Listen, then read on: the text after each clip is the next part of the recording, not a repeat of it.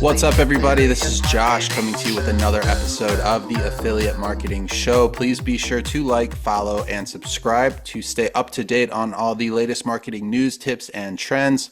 Once again, Josh from OfferVault.com, the industry's largest aggregator of all things affiliate marketing. Whether you're a newbie or an experienced veteran in the industry, make sure you check out OfferVault.com to stay on top of everything that's going on in our space. Today we have one of my good friends coming back on the show, a friend of the pod, a long-term client of OfferVault.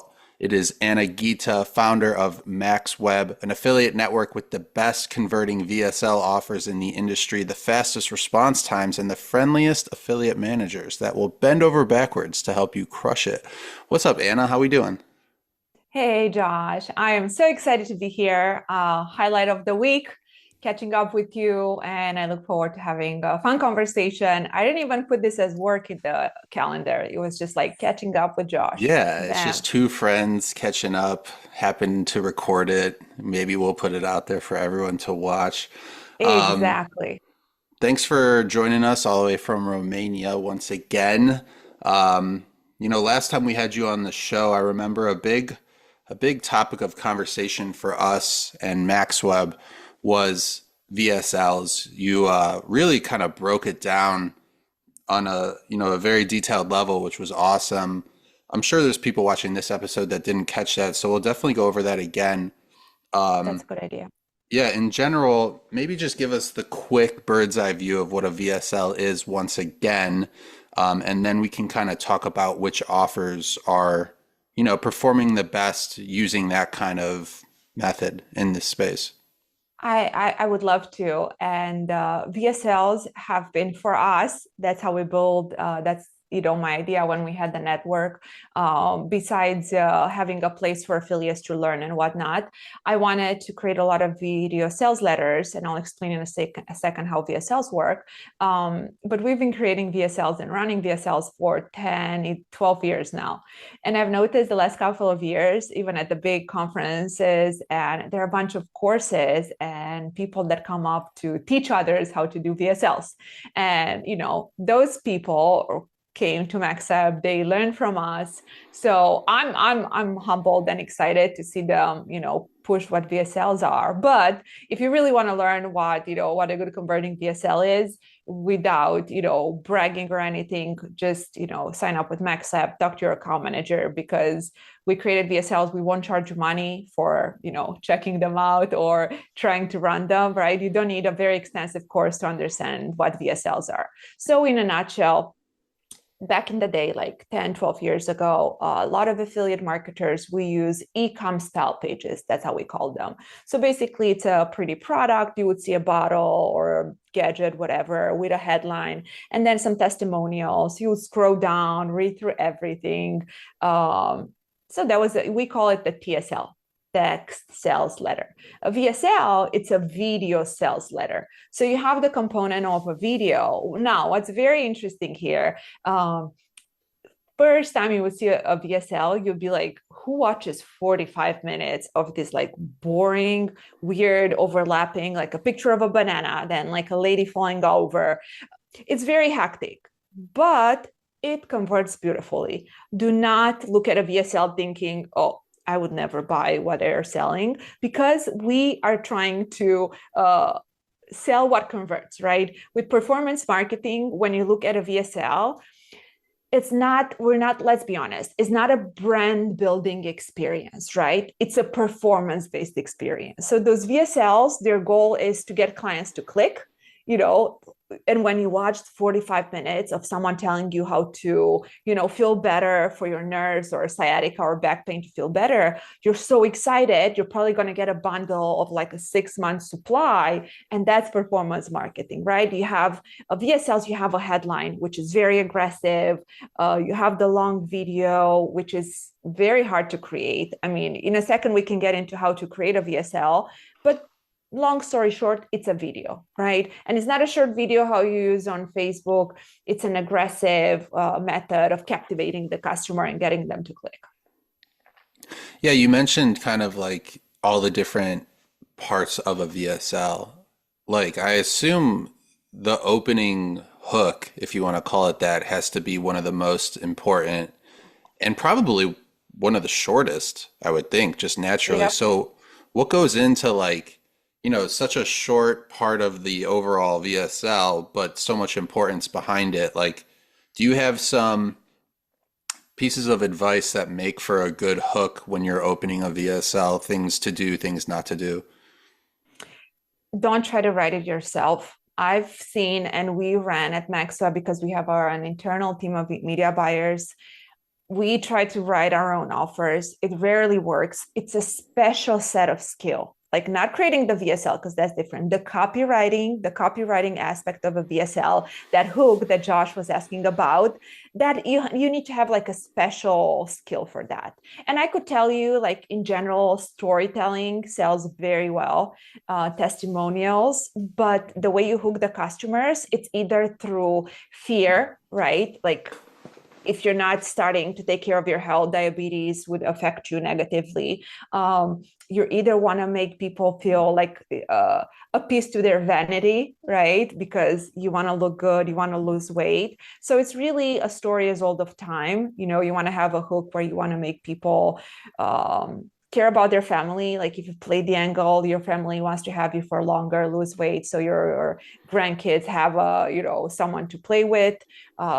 Lose weight so your husband still excited to spend time with you. It sounds silly, but it's just like the regular hooks that we also use in short testimonials. With VSL, it's very important to have a very good copywriter that writes the copy. Then you're going to have to hire someone differently to put together the VSL because it's a lot of images. You're going to have, for weight loss offers, you're going to have like a pot of boiling bananas. And then, you come in with a real doctor that tells you like the important things and important aspects of why you lose weight in a certain way. After the doctor, you're going to have some testimonials. Ideally, you should have enough money to fly over to some of the customers that bought the product.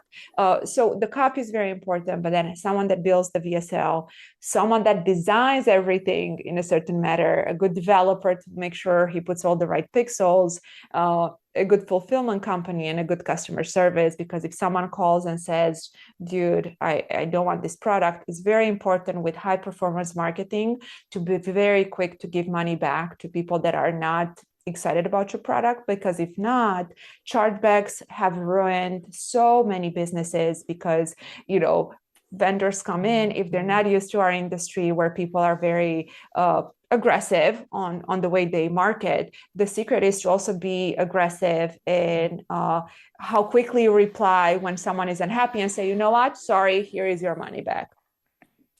How often do you, or I guess I know we're going to talk about AI like a little bit later on this episode, but just real quick, like how confident are you in like prompting Chat GPT to create like a VSL opening hook? Like, do you feel it will do an equal job as a copywriter, or it's still like very far behind, lacking that human touch that you get with a real person? We tried even as of last year, as soon as we got our hands on. I'm a huge fan of AI, and we definitely tried it, but it's way behind. I'm hoping, I mean, you still need the prompts. That's, if you watched enough stuff on AI, it's not a secret. You still need someone brilliant to give the right prompts to AI, right? So it's not like the job of a good copywriter would be replaced, but you would be a fantastic assistant. So you could write more good VSLs. But as of now, it's still behind to what a really good copywriter can do.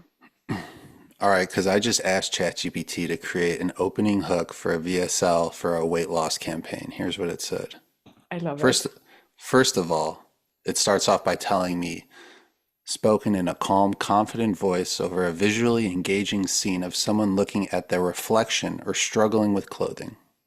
Then we get into the text. What if I told you that the real reason you can't lose weight has nothing to do with your willpower, your diet, or how much you exercise? And then, in parentheses, quick beat, dramatic pause, visual shift to everyday people looking frustrated, defeated. Text continues. In fact, there's a silent switch inside your body that's been working against you all along. And unless you reset it, losing even a single pound will feel impossible. Parentheses again. Cut to visuals of transformation, confident movement, energy, and then the last line of text. But once you flip this switch, your body starts burning fat automatically, even while you sleep. So what do you think? Garbage? It's no, not at all. So it was beautiful to people who are watching this or listening to this to understand how VSLs work, because that's the hook. Very dramatic. It's like, I don't know if you got to watch 1923 on Showtime. It's a very poetic TV show where everything seems like poetry when they describe the characters. That's how VSLs are. Very dramatic, very. So it was a wonderful, way to start it. It's just after 10 years, I can tell you it's not that easy. I wish it was, right? We would make so much money. There's plenty of room for everyone in our industry to make more money. It just, it needs more human touches, but it was a great start. And it is, especially if you're just getting started, to get a bunch of ideas of how VSLs work and how you have to play it. That's super helpful. I think a lot of people that listen to it, they're like, okay, so we're going for the dramatic. I'm reading a novel, not watching a short YouTube ad, right? Yeah, so you mentioned like weight loss. I'm sure there's a lot of other verticals that you've worked with when it comes to VSLs. Do you find that like certain verticals perform better? And specifically, we're talking about with VSLs here. Do you think certain perform better at different times of year, or is it like a pretty easy, this vertical always works the best with VSLs. Here are the top three that always perform the best, or does it really depend on like the time of year or what's like, the hot topic of the world at that time? It's a wonderful question because my friend Jordan from DFO, we discuss his network has a lot of e-com offers, right? So it's very different from what I do. And for them, before Christmas, it's always like important to get a lot of ads in because people buy gadgets and whatnot. With VSL, you should have traffic all year round because the key niche is not necessarily weight loss or nerve, and I'm going to go in a second in different like specific category, is usually supplements. Best VSLs that we've tried, we have some beauty offers too. Like one of the top offers on MaxWeb is a skin offer, right? Just like for your wrinkles and whatnot. And that it's a VSL, but a lot of the good VSLs are supplements or drops. So those work the best. And then, of course, as soon as, probably quarter 1, weight loss will do better just because customer behavior is the same overall. Like people want to lose weight at the beginning of the year. But other than that, like offers that do very well, like nerve pain, back pain, vision, gut health, because it's, the new trends of people being more aware of your gut health, stuff like that is going to do well all year round. I think besides weight loss, who historically people have always been, have been tying it to resolutions, at the beginning of the year, you're going to see a I mean, spike. I did it this year. I mean, I actually did it. And then, like in the end of March, I kind of dropped the ball again. And now I'm trying to get back on it. But it was like right before New Year's. And I usually don't do it, but I got to like a weight I wasn't very happy with. And then I was like, I'm going to change my diet. I'm going to work out every day. And I did it for like 2 or 3 months and it was great. And I cut like 20 pounds. And then I was like, all right, cool. I'm in a better spot now. And then very quickly, I fell back into my old ways. I feel like it's about keeping that consistent routine. But yeah, I usually am not a resolution guy, but this year I was definitely guilty of giving it a good college try. I don't know. I love resolutions. I think we should do resolutions all the time because our human nature, we love instant gratification, especially the times we live in. We have easy access to good food, good shows, entertainment. It's really, really easy to have access to things that make us, get bored of life. So resolution to me equals discipline. So I'm a big fan of resolutions, do them all the time. You look great, by the way. So whatever you did Oh, well, worked. you look great, but you always look great. So I didn't feel like I had to say it. I was, It's a way of life. Honestly, that's what works for me. Just I've been eating healthy since I don't know, 22. I don't stray much from eating healthy no matter what. So it's just being consistent. So what does eating healthy mean to you? Because like when I started the new year on this, I honestly I got hooked not by like a VSL, but by like I went down this Instagram reel rabbit hole, and once you like watch a couple, they start, Targeting you. you Yep, get yep. hit like every single one you swipe, it's the same thing. A And hundred like percent. I basically saw this guy and like, I don't know what his credentials are, but basically it was just saying like you're gonna eat meat, fish, vegetables, and fruit. If it's not on that list, you're not going to eat it. So I cut out like all dairy, I cut out all carbs, I cut out all added sugars. And, I was working out pretty aggressively on top of that. I cut like 20 pounds, but more importantly, like I felt great. So when you say eat healthy, there's 1,000 ways to eat healthy. I'm just curious, like, are there certain things that you don't let yourself eat, or are you really good at just moderating those things? Like, how do you kind of approach it? So I'm very good at moderating because in my 20s, as a, especially as a woman, I did the mistake of eating way not enough calories. And then, you're skinny, but your skin or your hair don't look great, which, if it's the purpose of being healthy, because just looking skinny does not mean you're healthy. So for me, it's sure moderating. I never eat huge portions, but I don't eat anything that's processed. So I don't eat processed food. Like if it's even like if I look at bread, if it has more than 4 calories, I won't buy it. I'm not for 4 ingredients, sorry. So I don't look at calories as much as processed stuff. Like if I go to a restaurant, stuff that's not processed, I'll eat everything like pasta, for example, the sauce they put on pasta at restaurants is going to be more than 3, 4 ingredients, right? So I try to eat very clean and processed stuff. Salad with, you can add as many things as you want in your salad as long as it's not processed and, added ingredients that you have no idea what they mean. And that way you can eat a lot and you feel good. Like processed sugar and stuff like that. I never, or snacks. Like if you want a snack, there's fruit with peanut butter. There's, a lot of stuff but stuff that's not processed. That's the big thing. And I know it's much harder. I have double citizenship, so I'm more Americanized than I let people know. I went to school in California, so I'm very Americanized. In the U.S., it's much harder to stay healthy because a lot of the ingredients that are allowed in most, even in bread, they're not allowed in Europe, right? So when you're just eating bread, people think bread or carbs are evil. They're not, because they're really good for your brain and it makes you focus. When you have a good slice of bread with avocado, you're going to feel great, and that has a lot of calories, right? But it's much harder to find bread that has 4 ingredients in the US versus in Europe, where literally it's illegal. So Was there yeah. like any health situation when I think you said 22, but in your early 20s, you kind of made the decision to start, this path. Was there like a specific life event that led to you making that decision, or were you just like, I don't feel good with how I'm eating?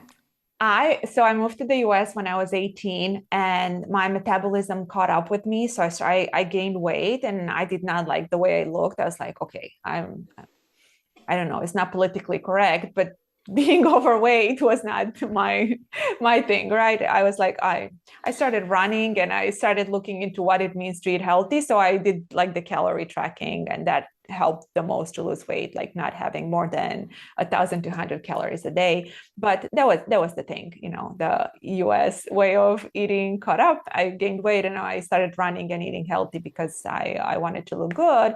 And then I was like, okay, let's just make it a way of life because I don't want to be dieting all my life. And, now that I have a son, if we travel together and we go to Italy, I will have everything, just small Oh portions, yeah. right? I mean, Italy's the goat of I food. love it. And I eat carbs, it's just Yeah. carbs are not bad. If you have a portion of pasta, it's not bad. The idea is to not have sauces that have 1,000 ingredients, right? That's the big secret. Um, yeah, I had a question ready to go, but then you mentioned Italy and food, and I lost my train of thought. Oh, my metabolism was like a rocket ship until I turned 30. I'm 35 now, but I remember like in my mid 20s, people would be like, "You're gonna eat all that? Like, how do you?" I was like, "Oh yeah, dude, food doesn't affect me like that." And they're like, "Oh well," and I was like, "No, it won't." And then like I turned Amen. 30. Amen. Yeah. I'm 38, and for women, I think once you hit 30, it's like you have to be even more careful than before. So we have to be healthy for our kids. I think that's the big one. And I always say this, and I even saw like a reel, I don't remember where, but for us in my family's culture, you know how people always say, I would die for my children, or I would die for the person I love. That's not very romantic. I mean, would you live for them? Like, would you feel healthy and do very like healthy things for them?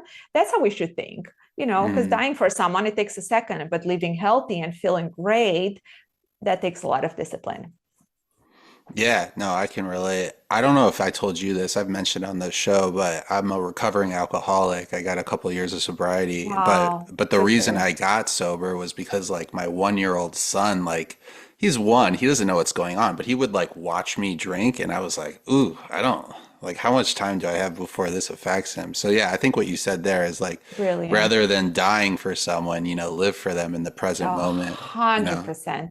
A hundred You percent. That's the I biggest. I mean, I don't know. Like you obviously love your child so much. That's the best you can do. Just be healthy and be present, right? mhm. Because it's very hard to be present when we all have our addictions, right? That was just yours, but yeah. I can't remember what it was related to, but you mentioned watching good TV. And no, I'm not going to ask you what TV shows you're watching right now, although We I'd love to can. go down that path. But I was going to ask when you're watching like TV, whether it's like, usually like a high produced series on HBO, Showtime, Netflix, what have you, Mhm. do you ever find yourself like getting ideas for VSLs based on the way like something is shot or the way like an idea is presented dramatically and like maybe not taking physical notes but mental notes? Always, always. Because another thing that I truly believe in, how you do one thing, you do everything. So I would never do business with someone that cheats, right? I mean, no judgment to what you do at home. I'm not a judgmental person, but if you cheat on your spouse, I don't want to do business with you because chances are you're gonna cheat on your business partners, right? It's just I really think how you do one thing, you do everything. If you're pretty disciplined with how you eat and if you work out, you're probably going to be a good employee because you're going to be disciplined and show up to work. Might be the Eastern European way of living, but 100%. So I always take notes of everything, and we get a lot of good ideas, especially from shows that are well produced, like Peaky Blinders, where it feels Okay, like so are we gonna have the convo now? Did you just watch Peaky Blinders? Because I did. I Not watched. recently, but last year. It was I great. watched it. I watched it a while ago. It's probably, I don't know if it's my favorite, but it's top three for Yeah. sure. I love it because it's the way it portrays the addiction and the feelings and everything is like a good book. And I'm a Yeah. reader, right? So that's what you're trying to portray in a VSL, the emotion and the fear and the drama. So obviously, yeah, I do get a lot of good ideas from watching shows. Do you have Apple TV? I don't. Oh, Should okay. I? Should I Well, get Apple you're TV? missing out on Severance. Uh, Okay. yeah. You got Netflix? Yeah, I got all the other ones. Okay. Yeah, there's a good short series that came out on Netflix called Sirens recently. Oh, Check okay. check I that watched out. four. I watched four seasons on Netflix, and that was Oh, my type of. cool. It was my type of Yeah, humor. Tina Fey. I have that one like checked for me to go back to. It looks good. It's very good. Tina Fey. She wrote it, like she Hmm. co-wrote it, and that's my type of humor for sure. Very, very witty and funny. So we became friends not just from MaxWeb being such an awesome client of OfferVault's, but also from seeing each other at conferences throughout the Mhm. year. I don't know how many you attend now, but I remember, I mean, I've been with OfferVault for about 10 years. I think MaxWeb's been around, I don't know, close to that amount of time, Yep, right? Yeah. yep, yep. Um, so every show I went to, which used to be more, you were at.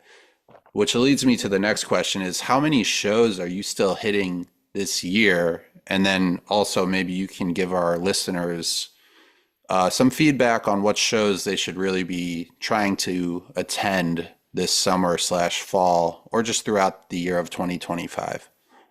I would love to. And honestly, I know we can do a lot with a good Zoom call or Skype, Teams, Telegram, Slack, whatever.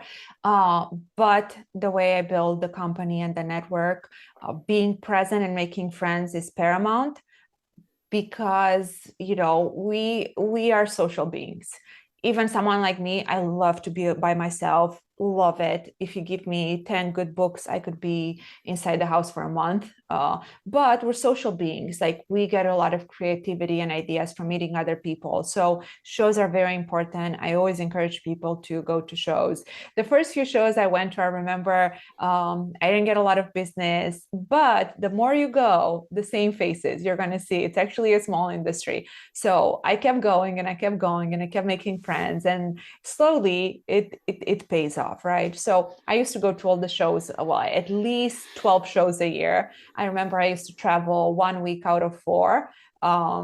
So even more than one show in a month sometimes. Then thankfully MaxWeb started doing better. I have a wonderful team. So for example, I'm cutting back on US shows now because I relocated to Romania. So I have a wonderful team in Miami and they can easily travel to the US shows. But to underline your question about which shows are better, I mean, it depends on your budget for traveling, which I know is not the same for every company. If you're in the US, I would say Affiliate Summit East and Affiliate Summit West.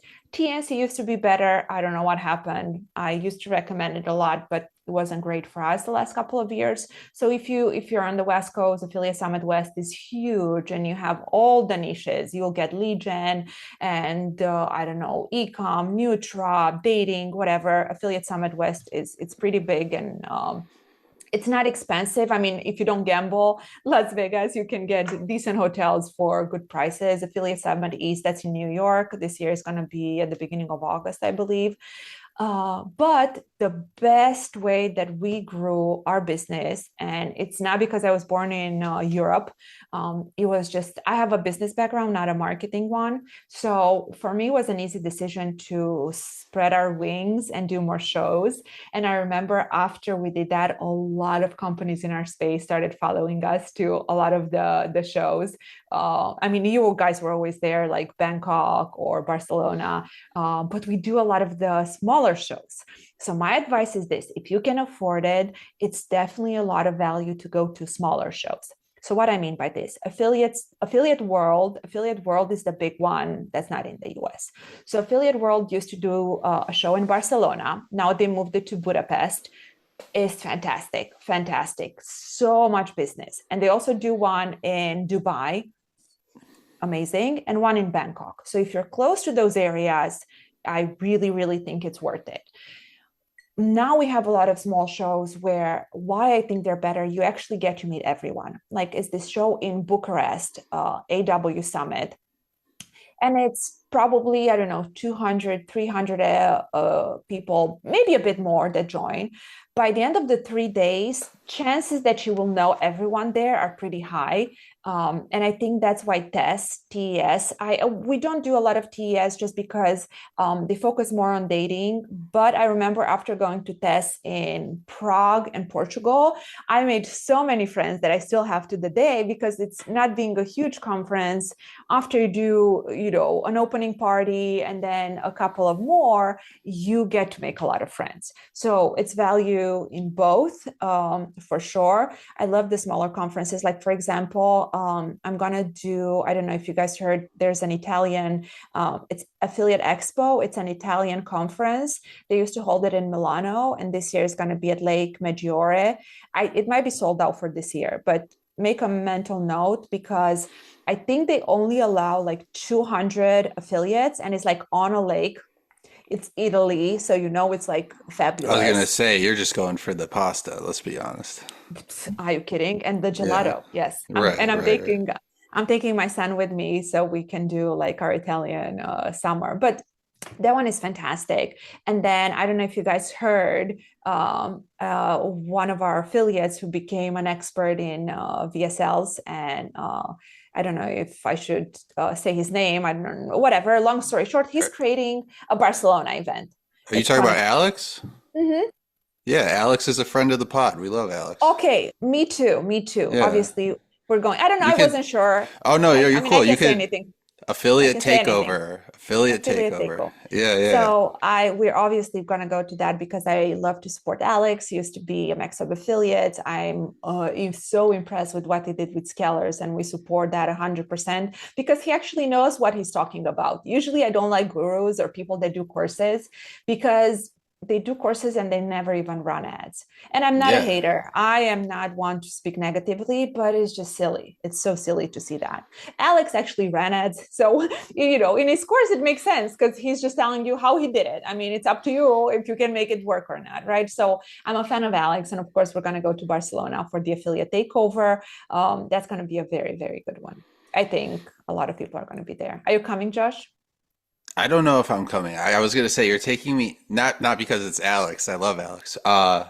You're taking me down the memory lane right now, mentioning all these shows. I was just thinking, like, man, so much time has passed. I used to hit not 12 shows a year, but I'd hit like five or six, and I always did the summits here in the U.S. I would do Barcelona when Affiliate World was there, Mm-hmm. and then I would do Bangkok. I would Bangkok. do I would do TES. I would do Mm. MAC in Russia Mm. sometimes. But now with, like, I got two kids that are under 4 years old. It's just like not as easy to sneak off for a 100%. week. I mean, the last big show I did was Bangkok, and I was there for like a total of 4 days. And I was just like, this is not, doesn't make sense unless That's I'm going to how go that's for how I did longer. it too. That's how I Yeah. did it. So when you would see me at a Las Vegas show, because my son was so young and I was so excited to get back to him, I would fly. It's a 36-hour journey from my small Yeah. town in Romania to Las Vegas. Right. 36 hours, spend 3 nights there and back 36 hours to him. Yeah. It's So crazy. And then you're it was a like lot just there long enough to like slightly adjust to the time to the time difference. zone, which So is you 10 have to hours. you have to adjust back. It's Do you not still easy. go do you still go to Bangkok? Yes, that one is very, very good for us. Like literally, and I've been saying the secrets all the time. Like I'm not gatekeeping.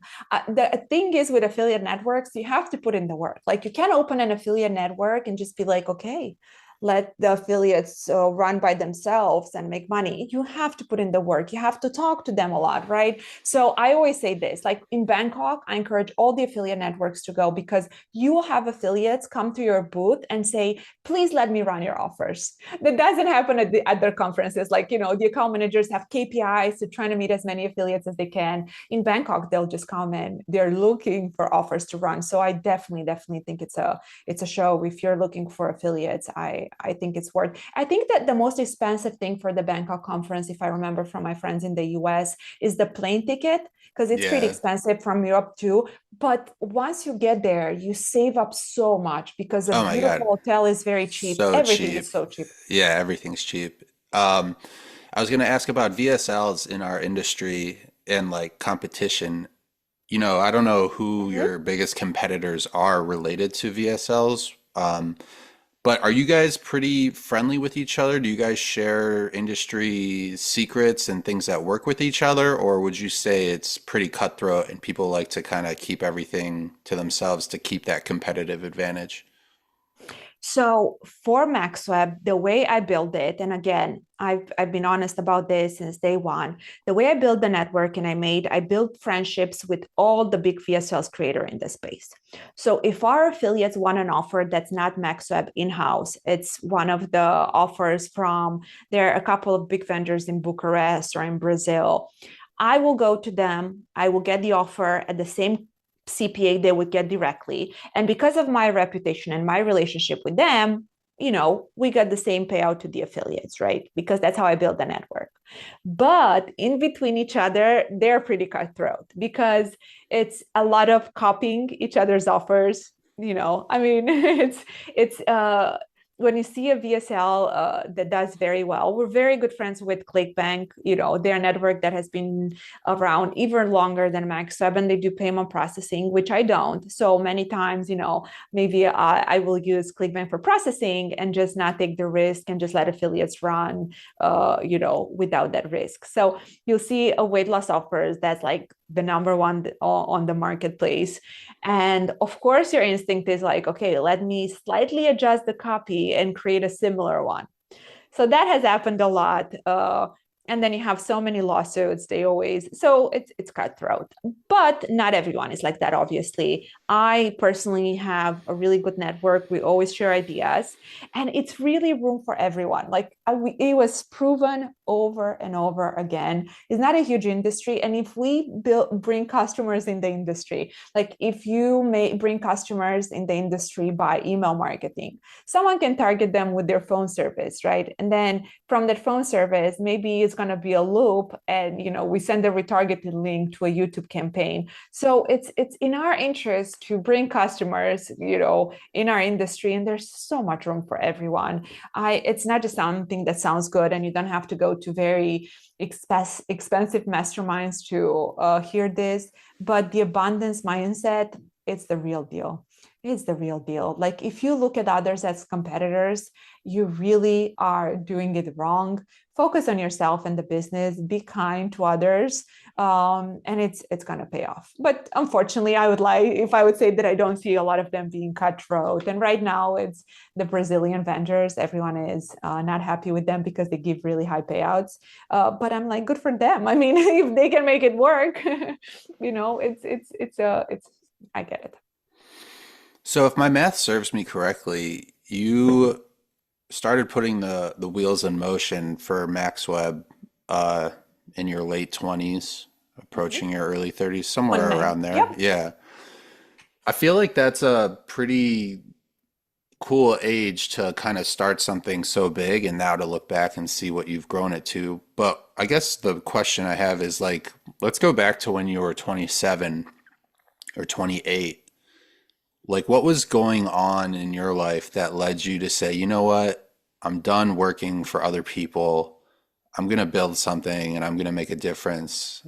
And I remember last time we had you on the show, I think Adam, co-host, who's not here today, Mhm. was very impressed with like your trajectory or just like your path professionally. So, what was like kind of the mindset at 27 or 28 that really propelled you to kind of jump into the deep end with MaxWeb and kind of go for it? Well, I wish I had the very like inspiring story. The truth is, I've always been a huge nerd and I've always worked very, very hard.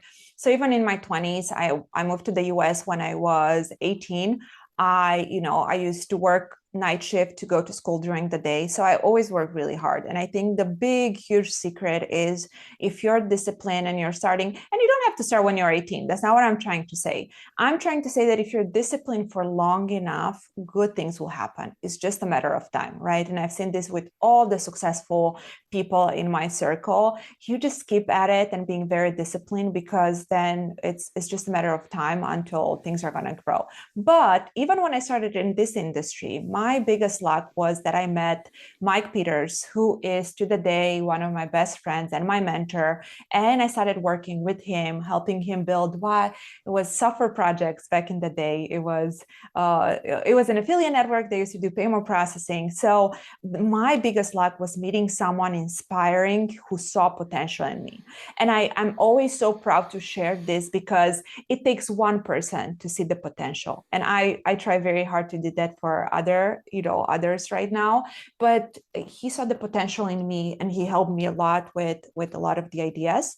And also, I think I was at the age when I was ready to, when I had the idea of MaxWeb, I already had my son. He was 5 months old. And that honestly gave me a different perspective. Like I I mean, wanted that to makes make. it even crazier. Like, like that you had a 5 month old and you're like, I'm gonna take this risk right now. Like, I didn't even put that together. Yeah, yeah. I was just so motivated to make a good life for him and for him to, I don't know, not. I got into Harvard besides UCLA when I went to the US, and I couldn't afford the tuition because it wasn't a full ride. And I wish I had, I wish that my parents had money for me to afford something like that. So in my mind, I was like, okay, if he wants to go to Harvard or whatever, maybe he won't even like school. Maybe he just wants to go to very expensive soccer, whatever. I just, for me, it was like this, what I needed to make anything happen, right? And the big thing I saw in our industry, because I have a business background, I was like, oh my gosh, like there are so many people who don't even work very hard and make huge amounts of money in our space. Huge, right? Or they don't have the academic pedigree and they just hustle and learn how to do ads. And I just saw the potential of how much money you can make. That's why when I wrote the book, or the podcast, or everything that we do, I wish people would understand how much money you can make from affiliate marketing. It's not this silly secret, make money online and it's easy, because it's not easy. It's very hard, but it's possible, right? It's really possible. And that I felt like I really wanted really hard to be like in Africa saving children or doing something like that. And then I realized that was another switch for me, that I can make so much money in this industry and then I can give back to the world however I want. So that was a big aim bolt for me. And, not looking at money in a negative way or being like seen as vain if you want financial stability for yourself and your family. And I was like, okay, I want to make lots and lots of money to help people and my son. Yeah, I guess that was kind of my next question. Do you feel like financial freedom was like the main driving factor that led to your decision to kind of jump in?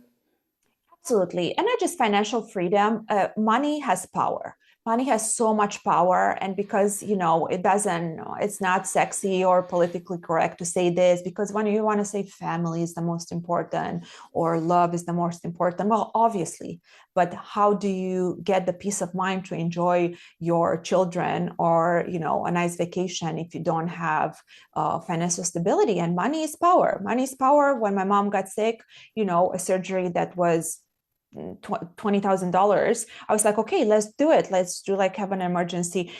That's very hard for most people, right? I mean, stuff that costs a lot. And I'm not talking, people think about money, and in our industry, it happens a lot, right? You see the expensive watches and the Rolexes, and that does not mean to have money. I'm sorry. Like, what it means to have money is to not have bank payments, to, not have debt, bad debt, right? To make sure that you can have lunch on a Thursday. It can be a cheap Toyota, but you're having lunch on a Thursday wherever you want. It doesn't have to be, it's better. I don't remember the analogy, but like you can have a Rolex and drive in your Lamborghini at your office job from 9 to 5, or you can be on the beach, relax with a cheap car and, the freedom to see the world for the next 50 years. So that's what I'm working on, like the peace of mind to know that there's money in the bank. I don't care about brands. I want my team to have a good life, for them to afford nice things for their families and to see the world, because, like traveling is, I think for our kids, for us to allow them to see the world, huge privilege. I'm a history snob too, and how long it took people to get to Japan, 100 years ago. Like we have so much privilege, and money is power. So I'm sure there's a variety of factors you would attribute the success of yourself and MaxWeb to, but what do you think is really the biggest asset in business, especially when it comes to MaxWeb, the affiliate network? I think the biggest asset is that we're not assholes. Like honestly, we are really good people, and I think that's like we're not trying to scam affiliates, we're not trying to scam vendors. Honestly, we run traffic to other networks, and I'm embarrassed to tell you how much times we've noticed we're being shaved. And if you don't know what shaving means, because I did not know until like 5 years ago, is when you do your ads, but then your postback pixel is not called on every single sale as it should be. There's a way to work around that and not to give the affiliates all the sales that they deserve, right? So yeah, we're good people.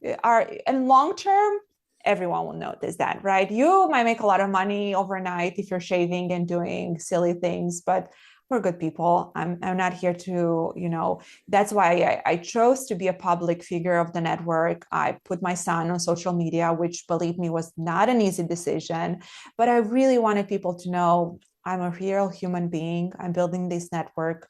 Here's my kid. The reason why I work so hard. We're just trying to create a place where people can give up their 9 to 5 jobs and have freedom. And I have so many cool stories of our top affiliates that were able after a while to quit their 9 to 5 jobs. And, one of my now friends, he was able not just to quit his 9 to 5. He used to live in London. He bought this beautiful house in Dubai a couple of years ago, and now his kids go to a really good school there.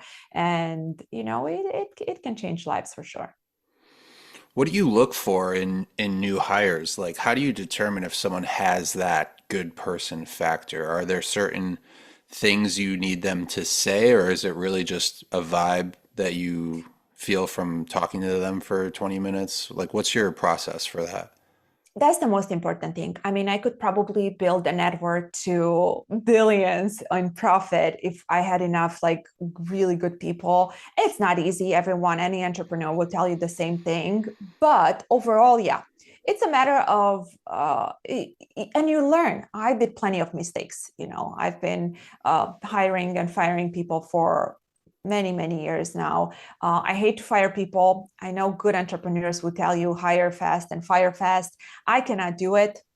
That's why I have to be very diligent with the hiring process, because I'm super like my team will tell you I'm very strict. I know I'm very, very strict, but I'm also fair. I'm fair, and I always like when someone messes up, I'm like, okay, well, let's try to find you something else to do, because this is not your strong suit. Let's find something else for you to do. So I'm terrible at firing people because I always try to find something else for them to do. But during the interview process, ideally, if you can meet with them in person. I have the privilege to see a lot of people at conferences, and I can see how they interact in person.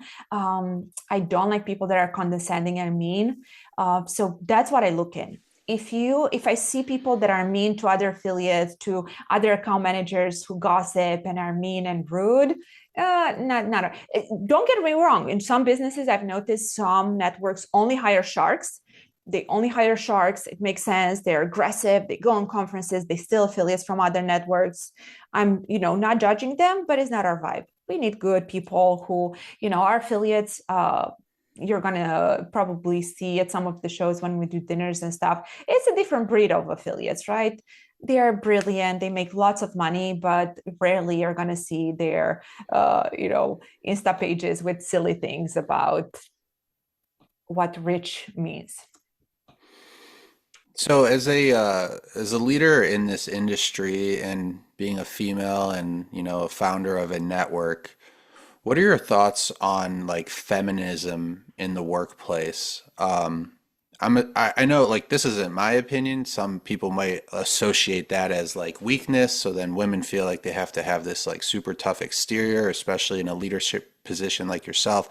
Do you think there's any truth to that, or do you feel like it actually kind of has the opposite effect when you said like just a second ago, you like people to see that you're a real person, right? So I'm Yeah. assuming, It's a being it's you it's a beautiful unapologetically. question.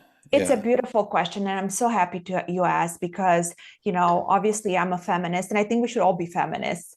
I think people forgot the meaning of it, and especially in the U.S. they associate it with something completely different. If you have not just a daughter, but a sister, a friend that's a woman, feminism means the equal opportunity, right? And who in their right mind wouldn't want equal opportunities for everyone? That's what it means. It doesn't mean that women have to lift as much as a guy. It doesn't mean that we want to be as strong as a guy, because biologically we're not. It's just the equal opportunity rights, right?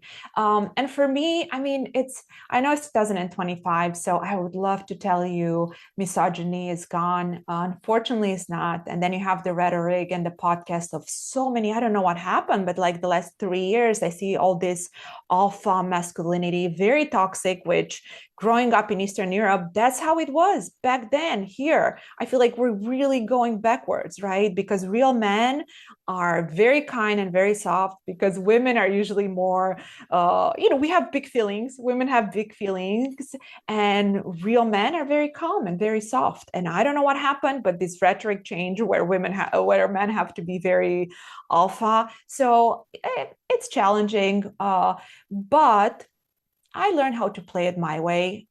When I see there's so many wonderful guys in our industry, and there's so many wonderful women in our industry. We have to also acknowledge that we're different. Men and women are very different because biologically we're different. If you take a woman's brain and a guy's brain, and it's an unpopular opinion, and I might get stoned for saying this, but we're different. We're gonna have different strong points, right? Like a woman is very organized, but if you take a driver, a man is going to be a better driver because the orientation skills are easier to, for a guy. So You it's heard still it here challenging. first. Men are better drivers. I didn't say it. You heard And it here women first. and women are better at running companies. Women are better at running companies. Like female CEOs do so much better because we are more organized, the ego is there. And men who have noticed that, men who have hired more women in running big companies are thriving beautifully, right? And I wish people would see that. I think we're going to see it by the time our kids are older. You're going to see it. It's still challenging. And I think people should ask questions more about this, people like you, because if we talk about it, we understand it and we can help women not feel weird in our industry. And I think a lot of people like you are helping make sure that's not a topic that's taboo in the future. Yeah, what would be But I your play, but I do play it. Jess, I do play. Sorry to interrupt you. When I see some, toxic masculinity dudes, I'm like, I play it like, oh my gosh, please explain how that works, right? So I think of them, I don't even see it as mansplaining. I just look at them how my son would get very excited to explain something to me. And, I'm like, okay, darling, you tell me your story. And you'd be surprised because I was a woman. Men told me so many things they would not have told a guy who was an equal. So I just took all that information and used it to my advantage. So, I mean, we can play it that way too if needed. what would be your advice to like a newbie female just getting started in this space? Because I'm sure, it's an intimidating industry for anyone to walk into, but especially a woman. It's no secret. This is definitely a male-dominated industry. I Mhm. think it's balancing itself out a bit, but, still a long way to go. Oh yeah. So, what would you say to like the brand new affiliate who's looking to become the next Anna Gita, but she's on day one and she doesn't really know how to approach this industry per se.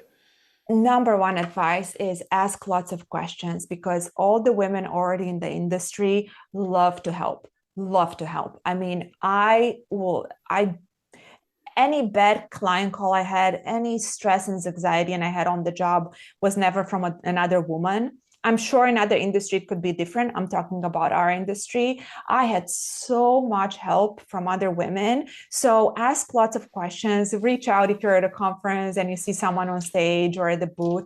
Other women are going to be so excited to help you. Guys too, I'm sure. But other women in general, because maybe they already navigated a lot of the same things that you have. So ask lots of questions. That's my number one advice. Don't pretend like you already know everything because a decade later, you're still going to be learning. So ask lots of questions because people are excited to help.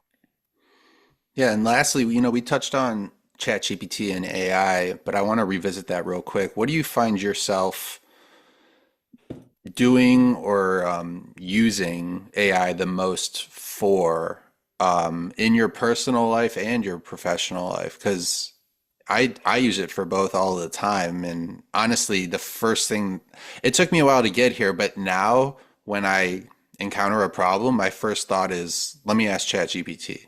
Mhm. Which I don't know, some people probably don't like that, but I find like 95% of the time it's a really good place to start. I love it. So I'm using the video function a lot. I don't know if you started using it. I only started using it a couple of months ago. So I use the video function for everything. Like I turn on the video and I'm like, hey, ChatGPT, tell me about my plate. How does it look? And it's going to go in like detail, like explanation of if you have enough protein, if you have enough whatever. Is this Then the I'm like, paid? Is this the paid model? yeah. Yeah, Okay. it has to be. Okay. It has to be the pay model. So you Yeah. have to be that. So you have to be on Wi-Fi, and you turn the camera on. For outfits, I'm like, what do you think of this outfit? What should I pair it with? At the conferences, what I do a lot, like I was at Icon in Cyprus right now, so I didn't know a lot of about the companies there. It was the first time I checked out the conference. So I would turn on the camera and I would say, give me 2 sentences on what this company does, and I would show the logo, and it would quickly tell me this That's company does awesome. payment processing for high risk merchants, blah blah blah. So I use the video function for everything. It's so quick and so helpful, especially at work, because it's visual, right? And then it gives you back feedback on what you're trying to figure out. My most recent use is having it create bedtime stories for my kids. I That's say, so cool. Why I didn't I say, think of that? I say, can you create a can you create a scary story for my 3.5-year-old toddler that involves a bear, a tiger, a wolf, and like I have him tell me it, and then it creates it. I read it to him, and his like mind is just blown. Like we call it the robot. I say, do you want the Oh my robot to create a gosh. story? He goes, I yeah, Why didn't I think of that? You're brilliant, Josh. Oh I'm my gosh, I brilliant. Yeah. love that. You are People brilliant. people are using it to make millions. I'm over here creating bedtime stories. But yeah, to each their Maybe own. that's $1 million idea. Yeah, Hey, don't sell true. yourself short there. It's beautiful. I'm going to try it tonight with my son. He's into football, soccer, how you Americans wrongly call it. Oh no, Uh, it's football. I'm on team it's football. football. Okay, Um, good, good, good. well, Anna, always a pleasure. Obviously, we'll get you back on here in the future. You crushed it. A lot of great insight and a lot of good information here for myself, Josh from OfferVault.com, as well as our returning special guest, Anna Gita, founder of MaxWeb. Let's make that paper. Let's make that dough. This was the Affiliate Marketing Show. We will see you next time.